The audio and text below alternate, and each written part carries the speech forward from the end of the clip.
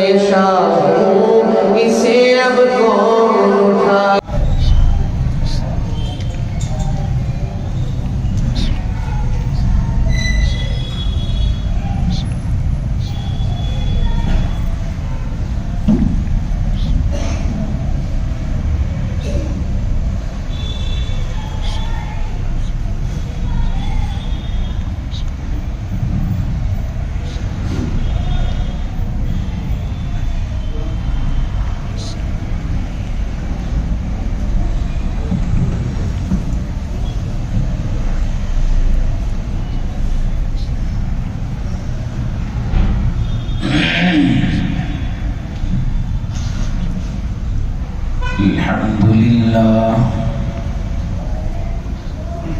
الحمد لله نحمده ونستعينه ونستغفره ونؤمن به ونتوكل عليه ونعوذ بالله من شرور أنفسنا ومن سيئات أعمالنا من يهده الله فلا مضل له ومن يضلله فلا هادي له ونشهد أن لا إله إلا الله وحده لا شريك له ونشهد أن سيدنا وسندنا وحبيبنا ونبينا مولانا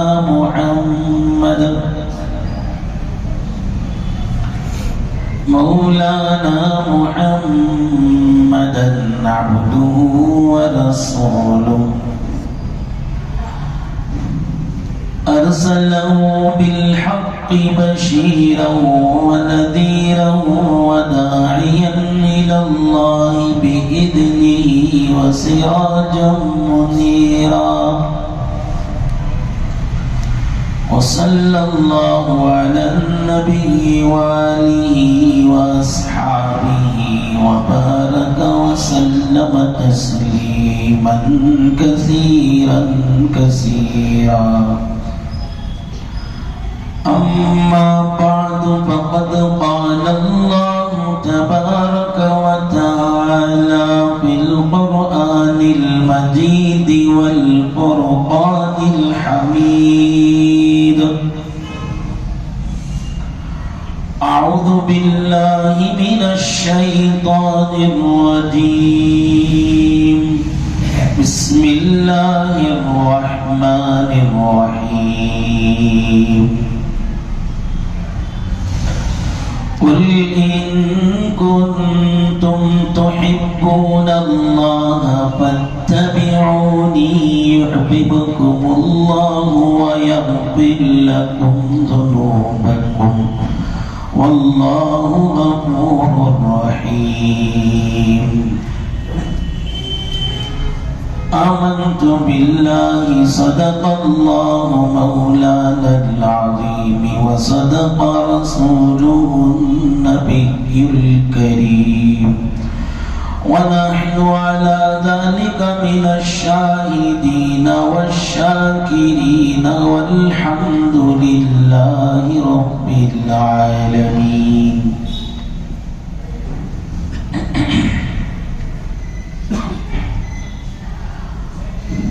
قابل احترام بزرگوں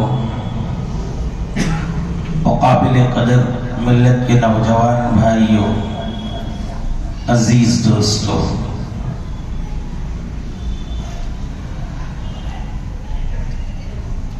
انسان اپنی زندگی میں مختلف عادتیں اپنے اندر ڈال لیتا ہے اور بنا لیتا ہے۔ اس کے کھانے میں ایک عادت ہوتی ہے، پینے میں ایک عادت ہوتی ہے، سونے میں، بیٹھنے میں، اٹھنے میں ایک عادت ہوتی ہے۔ ہنستا ہے تو اس کی ایک عادت ہے ہنسنے میں، روتا ہے تو رونے میں ایک عادت ہے اس کی. گھر کے اندر بھی بچوں کے ساتھ رہتا ہے تو ان کے ساتھ رہنے میں اس کی ایک عادت ہے. بولتے نا ہم لوگ میری عادت ہے, کھانے میں میری عادت ہے, گاڑی چلانے میں میری عادت ہے, سونے میں میری یہ عادت ہے. انسان کی عادتیں اگر سنت کے مطابق ہو جائیں تو اس کی وہ عادت جو کھانے میں ہے, اس کی وہ عادت جو پینے میں ہے,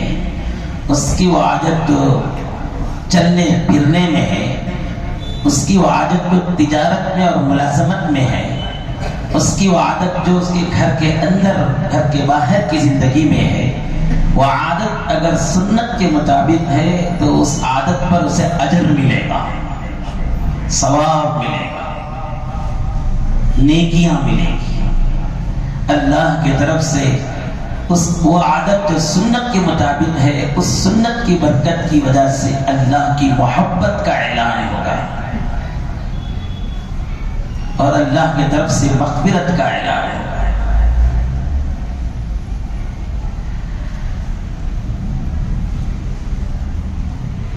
اسی بنا پر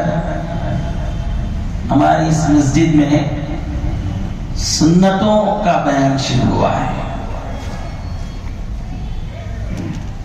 کھانے پینے کی سنتوں کا بیان چل رہا ہے 2-3 جمعات سے. ایک بات صاف کر لیں کہ اگر کسی وجہ سے ہم کسی سنت پر عمل نہیں کر سکتے, طبیعت میں تکلیف ہے, اس وجہ سے سنت پر عمل نہیں کرتے ہیں, یا بدقسمتی کی بات کہیے, کاہلی کی وجہ سے, سستی کی وجہ سے, لاپرواہی کی وجہ سے کسی سنت پر عمل نہیں کرتے ہیں, تو کم از کم 2 چیزوں سے سخت طریقے سے پرہیز کرنا چاہیے. ایک یہ ہے کہ جو لوگ سنتوں پر عمل کرتے ہیں ان کے عمل میں ہم رکاوٹ نہ بنے, بلکہ ان کی سنت پر عمل کرنے کی وجہ سے ان کے حوصلے کو بلند کریں اور ان سنتوں پر عمل کرنے والوں پر حسرت کی نظر سے دیکھیں کہ یہ سنتوں پر عمل کر رہا ہے, مجھے اس پر عمل کی توفیق نہیں, اس پر حسرت کریں. اس کے برخلاف اگر کوئی آدمی اپنی کاہلی اور سستی کی وجہ سے دوسروں پر جو عمل کر رہے ہیں سنتوں پر, ان کے لیے رکاوٹ کا ذریعہ بنتا ہے, سبب بنتا ہے, تو اللہ کی لعنت اس پر برستی ہے. اللہ حفاظت فرمائے. اسی طرح کسی وجہ سے ہم سنت پر عمل نہیں کر رہے ہیں تو سنتوں پر عمل کرنے والوں کا مذاق بھی نہ اڑائیں. سنتوں پر عمل کرنے والوں کا مذاق کوئی اڑاتا ہے, کسی سنت کا کوئی مذاق اڑاتا ہے تو اس پر کفر کا اندیشہ ہے. اس لیے 2 باتوں کا خاص خیال رکھیں. ایک یہ ہے کہ کسی وجہ سے ہم سنت پر عمل نہیں کر رہے ہیں تو سنتوں پر جو لوگ عمل کر رہے ہیں ان کے عمل میں رکاوٹ نہ بنے.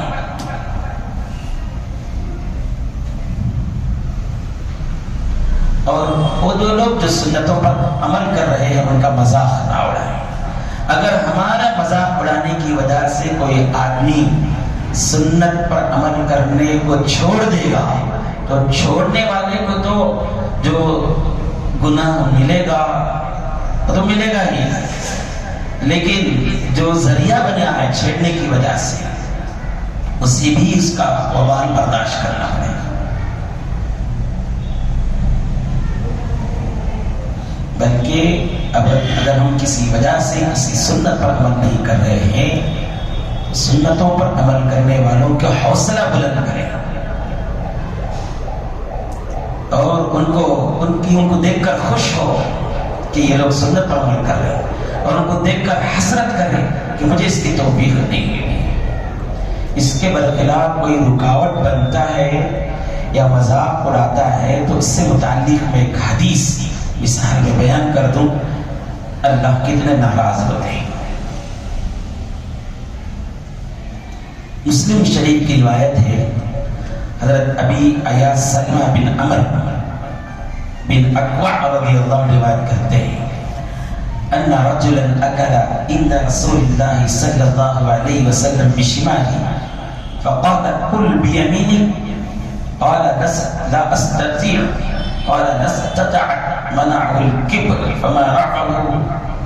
الى فيه۔ مسلم شریف کی روایت ہے، سلمہ بن عمر بن اکوع رضی اللہ عنہ روایت کرتے ہیں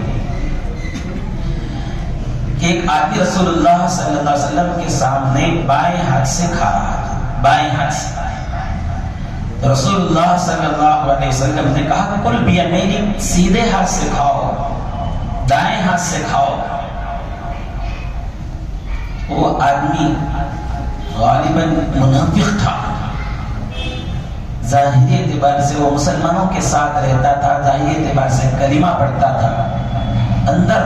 ایمان داخل نہیں ہوا تھا۔ اس لیے رسول اللہ صلی اللہ علیہ وسلم کے روکنے کی وجہ سے اسے غرور پیدا ہو گیا، غرور پیدا ہو گیا، مجھے روکا۔ بعض لوگ ہوتے ہیں جن کو اچھی بات بتائی جاتی ہے، اچھی تعلیم دی جاتی ہے، کسی سنت کے متعلق ان کو تنبیہ کی جاتی ہے تو بگڑ جاتے ہیں، ناراض ہو جاتے ہیں۔ ارے بھائی، سکھانے والے کا شکر ادا کرنا چاہیے، وہ آپ کو نبی کی سنت سکھا رہا ہے، دین سکھا رہا ہے، گرچہ وہ ہمارے مزاج کے خلاف ہے، گرچہ وہ ہماری عادت کے خلاف ہے، لیکن وہ ہمیں سکھا رہا ہے۔ آج بھی ایسے لوگ موجود ہیں جن کی تمنا ہے کہ ہمارے ساتھ اٹھنے بیٹھنے والے لوگ نبی کی سنتوں پر عمل کرنے والے ہو جائیں۔ دراصل بات یہ ہے کہ بعض لوگوں کے اندر غرور بھرا رہتا ہے، تکبر بھرا رہتا ہے، ان کو اگر روکتے ہیں تو وہ ناراض ہو جاتے ہیں اور اپنے ری ایکشن ظاہر کرتے ہیں مختلف طریقے سے۔ تو اس نے رسول اللہ صلی اللہ علیہ وسلم سے کہا لا استطیع، میں سیدھے ہاتھ سے کھانے کی طاقت نہیں رکھتا، کیونکہ رسول اللہ صلی اللہ علیہ وسلم کے سامنے جھوٹ نہیں بولا جا سکتا تھا، آپ کو وحی سے اس کی اطلاع مل جاتی تھی، تو آپ کو معلوم ہو گیا یہ غرور میں آ کر، تکبر میں آ کر اس طرح کہہ رہا ہے، تو آپ کی زبان سے کلمہ نکلا لستطاعت۔ آج تم نے یہ کہا میرا ہاتھ، میرا دائیں ہاتھ منہ تک نہیں جاتا ہے، تو اب اس کے بعد کبھی جائے گا ہی نہیں۔ راوی بیان کرتے ہیں فما رفعه الى فيه، وہ موت تک اپنا اس دائیں ہاتھ کو منہ تک لے جانے کی طاقت ہی کو کھو گیا، اس کی سکت ہی ختم ہو گئی۔ اس لیے سنتوں پر عمل کرنا چاہیے، اگر کوئی آدمی نہیں کر سکتا ہے تو رکاوٹ بھی نہیں بننا چاہیے، مذاق بھی نہیں کرنا چاہیے، اور سنت پر عمل کرنے کی تاکید کرنے والے کے سامنے مغرور بھی نہیں بننا چاہیے۔ بلکہ جو آدمی آپ کے سامنے اچھی بات بتاتا ہے تو اسے غور سے سن کر اس پر عمل کرنے کی کوشش کریں۔ حضرت ابو موسیٰ اشعری رضی اللہ عنہ روایت کرتے ہیں، بخاری شریف کی روایت ہے، رسول اللہ صلی اللہ علیہ وسلم نے فرمایا ان مثل ما بعثنی اللہ من الهدى والعلم كمثل غيث اصاب ارضا فكانت منها طائفة طيبة الى آخر۔ آپ صلی اللہ علیہ وسلم نے فرمایا مجھے جو تعلیمات دے کر جن لوگوں کے پاس بھیجا گیا ہے، مبعوث کیا گیا ہے، اس کی مثال میری مثال اور مجھے جو تعلیمات دے کر بھیجے گئے ہیں اس کی مثال ایسی ہے، ایک زمین ہے، اس پر بارش ہوئی۔ زمین تین طرح کی ہے، ایک زمین وہ ہے جس پر بارش برسی تو وہ زمین کا حال یہ ہے کہ خوب جذب کر لیا اپنے اندر، بس پانی کو خوب جذب کر لیا اپنے اندر، اور اس کی وجہ سے پانی جذب کر لینے کی وجہ سے اس سے پھول پھل درخت گھاس سب اگنے لگے، وہ ہری بھری ہو گئی۔ اور ایک درخت اور ایک زمین ایسی ہے جس پر بارش برسی لیکن اس کا حال یہ تھا کہ وہ جذب نہیں کی، وہ کیا نہیں کی؟ جذب نہیں کر سکی، البتہ وہ پانی کو جما لیا، وہ پانی کو کیا کر لیا؟ جما لیا۔ اس سے انسان فائدہ اٹھائے، اس سے چوپائے فائدہ اٹھائے، اس سے درندے پرندے جانور پی کر فائدہ اٹھائے۔ ایک زمین کا یہ حال ہے۔ تیسری زمین ایسی ہے جو نہ جذب کرتی ہے اور نہ وہ پانی کو جمع کرتی ہے، بلکہ اس پر جیسے ہی پڑتا ہے ویسے ہی وہ پانی اوپر سے نیچے کی طرف چلے جاتے ہیں۔ رسول اللہ صلی اللہ علیہ وسلم نے فرمایا نبی کی تعلیمات، نبی کی سنتوں کو سننے والے بھی تین طرح کے آدمی ہوتے ہیں۔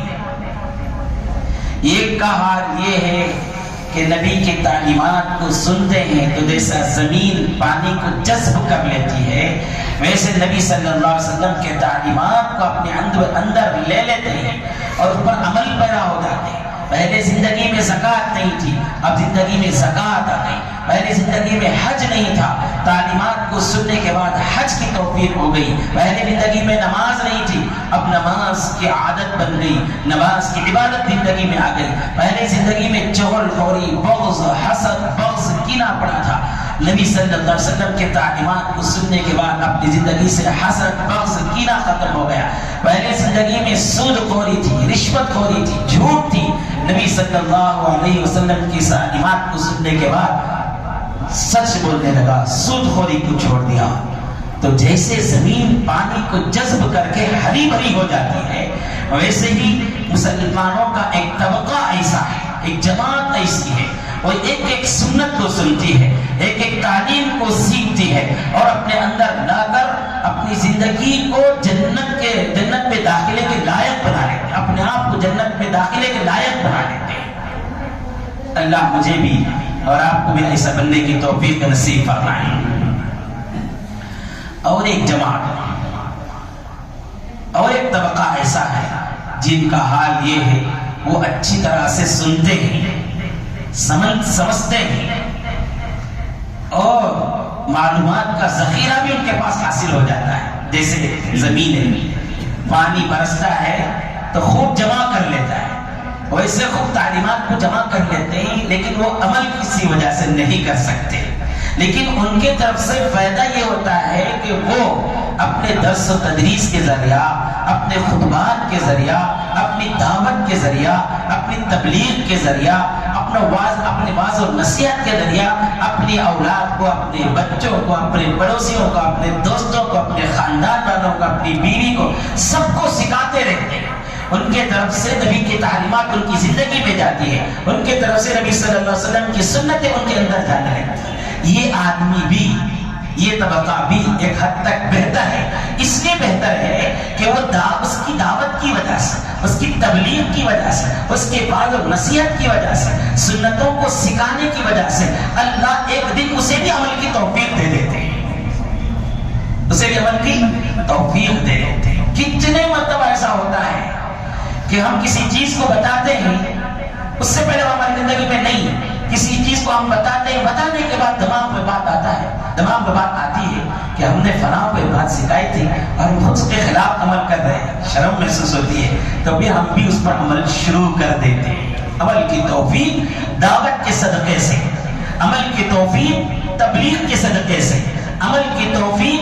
واعظ و نصیحت کے صدقے سے مل جاتی ہے۔